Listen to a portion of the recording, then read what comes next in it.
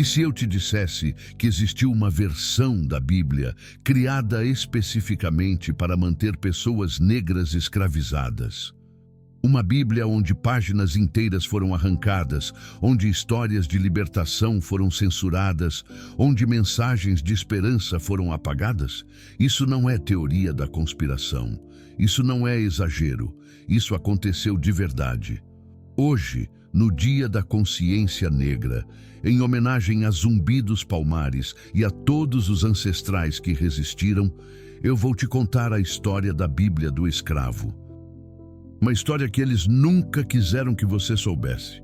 Meu nome está aqui para te revelar um dos crimes mais calculados contra a humanidade negra. E te garanto, o que você vai descobrir nos próximos minutos vai te deixar indignado, mas também vai te fazer entender muita coisa sobre o racismo estrutural que ainda existe hoje. Então, fica comigo até o final, porque essa história precisa ser contada. Essa história precisa ser compartilhada e essa história não pode mais ser esquecida. Vamos começar. Contexto histórico. Para entender a Bíblia do escravo, a gente precisa voltar ao ano de 1804. Naquele ano, algo extraordinário aconteceu no Caribe. Algo que deixou todos os colonizadores europeus apavorados. Algo que mudou para sempre a forma como os escravizadores enxergavam as pessoas negras escravizadas. No Haiti, então chamado de São Domingos, aconteceu a primeira revolução de pessoas escravizadas bem-sucedida da história. Liderados por Toussaint Louverture e Jean-Jacques Dessalines, 500 mil de africanos escravizados se levantaram, pegaram em armas e conquistaram sua liberdade. Eles derrotaram os exércitos franceses, derrotaram tropas enviadas pela Inglaterra, derrotaram até mesmo as forças de Napoleão Bonaparte, considerado na época o maior general militar do mundo, e proclamaram a independência do Haiti, a primeira nação negra livre das Américas. Agora, imagina o terror que isso causou nas elites brancas do Caribe, dos Estados Unidos, do Brasil, de toda a América. De repente, aquelas pessoas que eles tratavam como propriedade, como animais, como objetos, tinham provado que podiam se organizar, lutar e vencer. Os colonizadores britânicos, especialmente os das ilhas do Caribe como Jamaica, Barbados e Trinidad, entraram em pânico total. Eles tinham milhares de pessoas escravizadas em suas plantações de cana-de-açúcar. E agora sabiam que essas pessoas podiam se rebelar, podiam lutar, podiam conquistar liberdade. Pausa aqui um segundo. Você já tinha ouvido falar da Revolução Haitiana na escola? Comenta aí embaixo, porque essa é uma daquelas histórias que simplesmente esquecem de ensinar para a gente. Nasce a conspiração. Então, em 1807, apenas 3 anos depois da independência do Haiti, um grupo de missionários britânicos teve uma ideia diabólica, uma ideia que ia muito além da violência física. Eles fundaram uma organização chamada Sociedade para a Conversão de Escravos Negros. E vou repetir esse nome em inglês para você entender a hipocrisia. Society for the Conversion of Negro Slaves. Olha só a ironia. Conversão. Eles diziam que queriam salvar as almas das pessoas negras escravizadas. Mas, na verdade, o que eles queriam era controlar as mentes, porque esses missionários perceberam algo importante.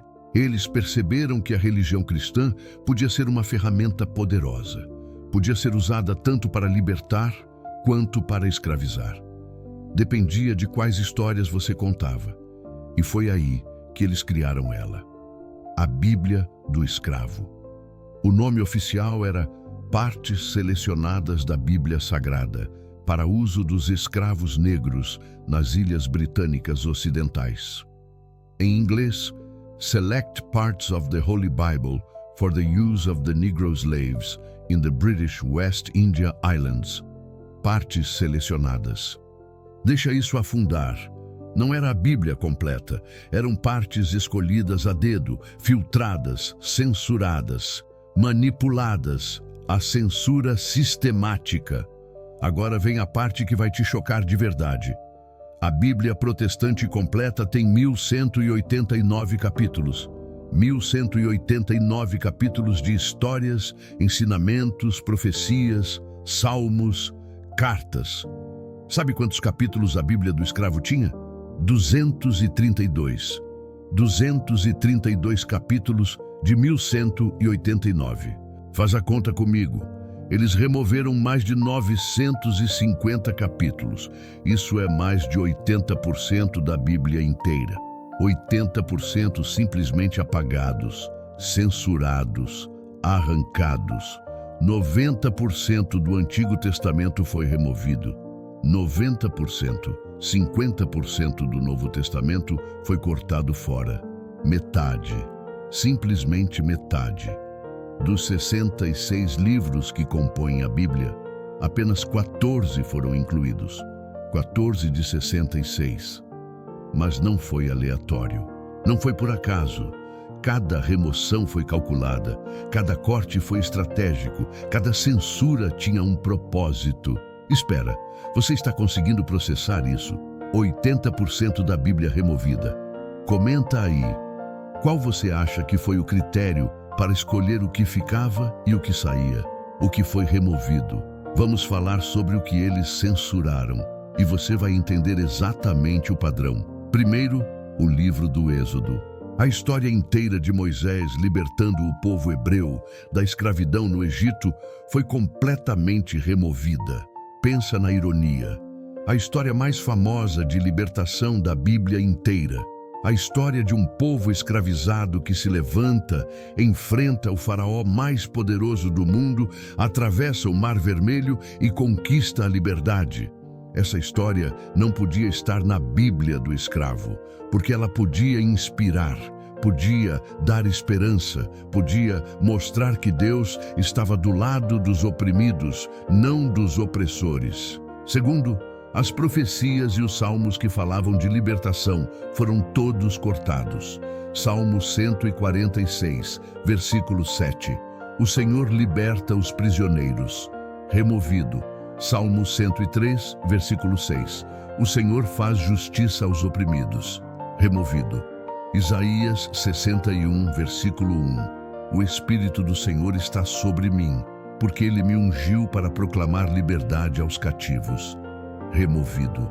Todos os versículos que falavam de um Deus que liberta, que faz justiça, que está do lado dos oprimidos, todos removidos.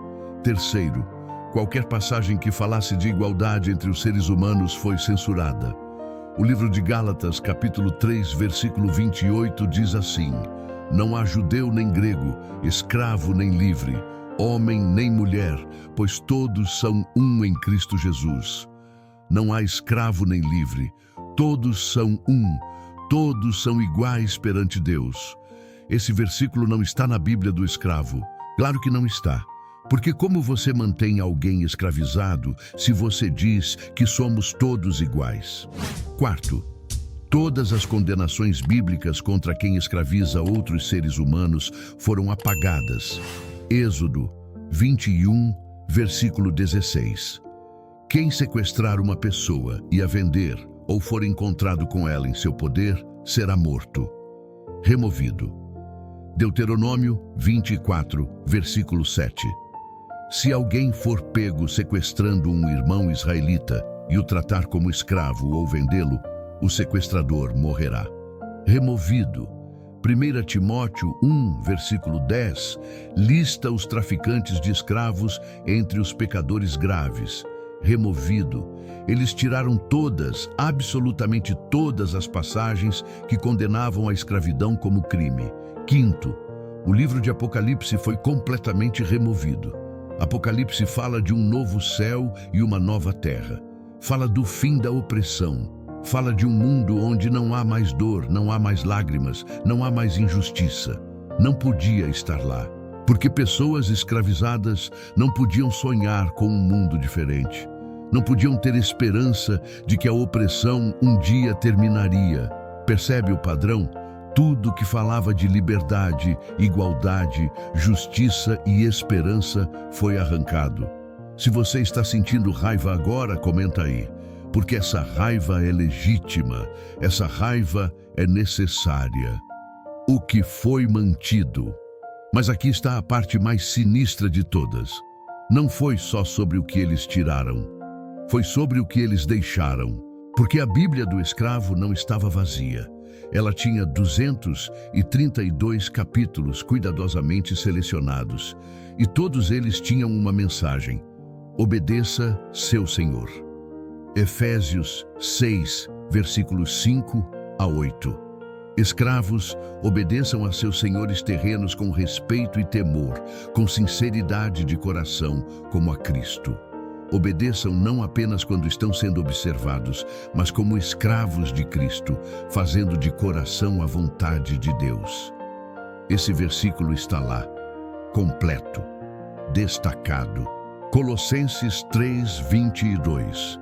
Escravos, obedeçam em tudo a seus senhores terrenos, não apenas quando eles estão observando, a fim de agradar-lhes, mas com sinceridade de coração e por temor ao Senhor. Esse também está lá. 1 Pedro 2:18. Escravos, sujeitem-se aos seus senhores com todo o respeito, não apenas aos bons e amáveis, mas também aos maus. Até aos maus. Até quando seu senhor é cruel, você deve obedecê-lo. Isso está na Bíblia do escravo. Eles também mantiveram a história de José no Egito. Mas você sabe por quê? Porque José foi vendido como escravo e aceitou sua condição. Ele não se rebelou. Ele serviu fielmente e eventualmente foi recompensado. A mensagem era clara: seja um escravo obediente e Deus vai te recompensar. Não lute, não resista, aceite sua condição. Eles mantiveram as histórias do Novo Testamento, onde Jesus fala sobre servir, sobre ser humilde, sobre oferecer a outra face, mas sempre no contexto de obediência e submissão. Toda a Bíblia do escravo foi construída para transmitir uma única mensagem: sua escravidão é vontade de Deus. Seu sofrimento tem propósito divino. Obedeça a seu Senhor e você será salvo. O impacto e a resistência. Essa Bíblia foi distribuída nas colônias britânicas do Caribe durante décadas: Jamaica, Barbados, Trinidad, Antígua. Em todos os lugares onde havia plantações de cana-de-açúcar e pessoas escravizadas. Os missionários organizavam cultos, ensinavam a ler usando essa Bíblia censurada, pregavam sermões baseados nesses textos manipulados. E sabe o que é mais perturbador? Muitos desses missionários provavelmente acreditavam que estavam fazendo o bem, que estavam salvando almas, que estavam levando Deus às pessoas negras. Eles não viam a contradição, ou talvez vissem e escolhessem ignorar. Porque, no final das contas, manter o sistema escravista era mais importante do que qualquer mensagem de amor, justiça ou liberdade. Mas aqui está a coisa linda. Aqui está a parte que eles não esperavam. As pessoas negras escravizadas não eram ingênuas, não eram passivas, não eram ignorantes. Muitas delas já conheciam a Bíblia completa, ou tinham ouvido histórias dela, ou tinham acesso a versões não censuradas através de outros escravizados que sabiam ler, ou de pregadores negros livres. E elas perceberam que algo estava faltando. Perceberam a manipulação e continuaram se rebelando, continuaram lutando, continuaram acreditando em um Deus de libertação, não de opressão. Essa resistência te emociona, porque me emociona demais. Comenta aí se você também sente orgulho dessa resistência ancestral, porque é isso que corre nas nossas veias. Paralelos com o Brasil. Agora você pode estar pensando, tudo bem, mas isso foi nas colônias britânicas. E aqui no Brasil? Aqui no Brasil, a história foi um pouco diferente, mas o resultado foi o mesmo. Não tivemos exatamente uma Bíblia do escravo impressa, mas tivemos algo igualmente eficaz: padres e missionários que pregavam sermões seletivos, que escolhiam cuidadosamente quais histórias contar, que enfatizavam obediência e submissão. Tivemos a Igreja Católica abençoando a escravidão, dizendo que era natural, que fazia parte da ordem divina das coisas.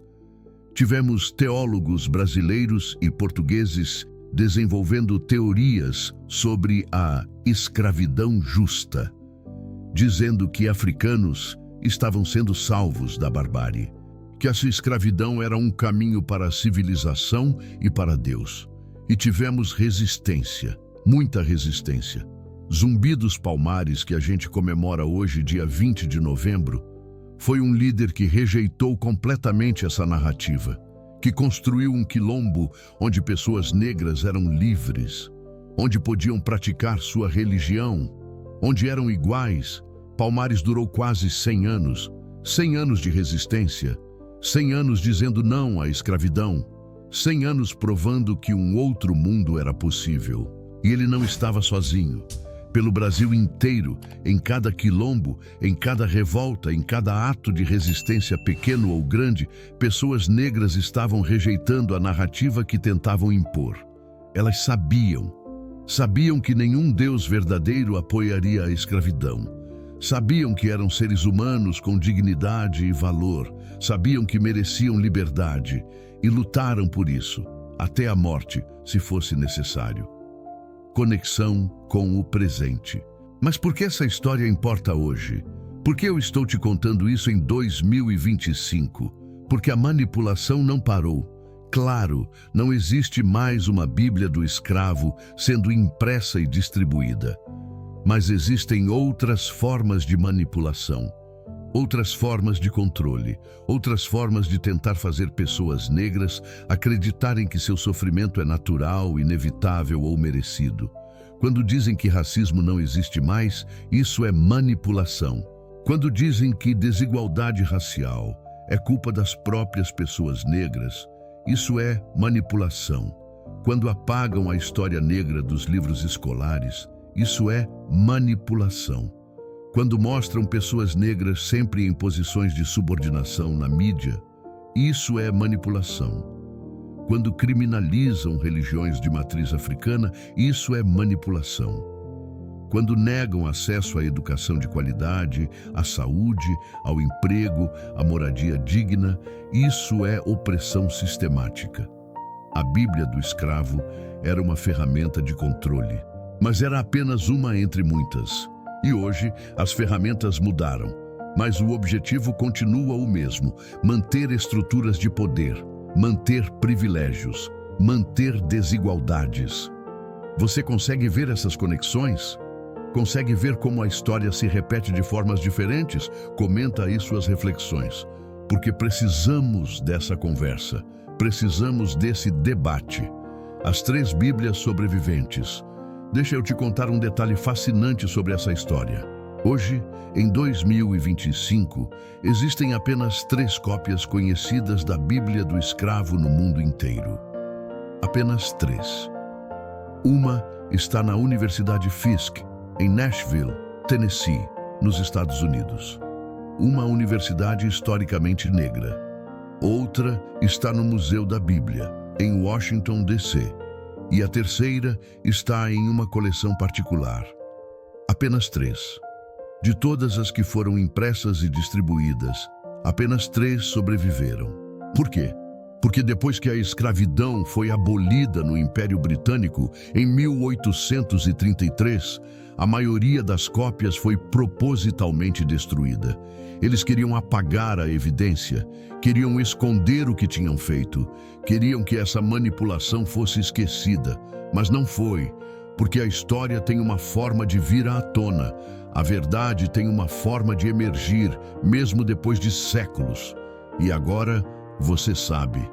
Agora, mais uma pessoa no mundo conhece essa história e pode compartilhar, e pode ensinar, e pode se certificar de que não seja esquecida de novo. Mensagem final. Então, vamos recapitular tudo que a gente descobriu hoje. Em 1807, missionários britânicos criaram uma versão censurada da Bíblia. Removeram 80% do texto, cortaram toda a história de libertação, apagaram toda a mensagem de igualdade e mantiveram apenas as partes que pregavam obediência e submissão. Essa Bíblia foi usada durante décadas para tentar controlar mentalmente pessoas negras escravizadas, para fazer elas acreditarem que sua escravidão era vontade de Deus, mas não funcionou, porque pessoas negras resistiram, lutaram e conquistaram liberdade, apesar de toda a opressão física e psicológica. No Brasil, tivemos manipulações similares e tivemos resistências similares. Zumbi dos Palmares e milhares de outros heróis e heroínas anônimos que disseram não. E hoje, nós, herdeiros dessa resistência, temos a responsabilidade de continuar lutando contra o racismo estrutural, contra as desigualdades, contra todas as formas modernas de opressão. Porque se nossos ancestrais conseguiram resistir quando estavam acorrentados, quando não tinham direitos, quando eram tratados como propriedade, o mínimo que podemos fazer é continuar a luta quando temos voz, quando temos direitos, quando temos ferramentas. No Dia da Consciência Negra, a gente não comemora apenas Zumbi dos Palmares. A gente comemora cada pessoa negra que resistiu, cada pessoa que lutou, cada pessoa que se recusou a aceitar a narrativa de inferioridade que tentavam impor. E a gente renova nosso compromisso de contar essas histórias, de educar, de lutar por justiça, de construir um Brasil e um mundo onde todas as pessoas sejam verdadeiramente livres e iguais. Então eu te peço, compartilha esse vídeo, compartilha essa história. Marca aquela pessoa que precisa saber disso. Manda para seus professores, para seus amigos, para sua família, porque conhecimento é poder. E essa história, essa verdade que tentaram enterrar por 200 anos, precisa ser conhecida por todo mundo. Deixa seu comentário contando o que você achou, o que você sentiu, o que você aprendeu. E se você quiser continuar essa conversa, me segue aqui. Porque essa é apenas uma das muitas histórias não contadas que precisam vir à luz. Obrigado por ter ficado até o final. Obrigado por se importar. Obrigado por fazer parte dessa corrente de conhecimento e resistência. Feliz Dia da Consciência Negra. Viva Zumbi dos Palmares, viva a resistência negra e que a gente nunca esqueça de onde viemos e pelo que nossos ancestrais lutaram e que em breve tudo isto seja coisa do passado e todos convivam como irmãos com as graças de Deus. Um forte abraço e até o próximo vídeo.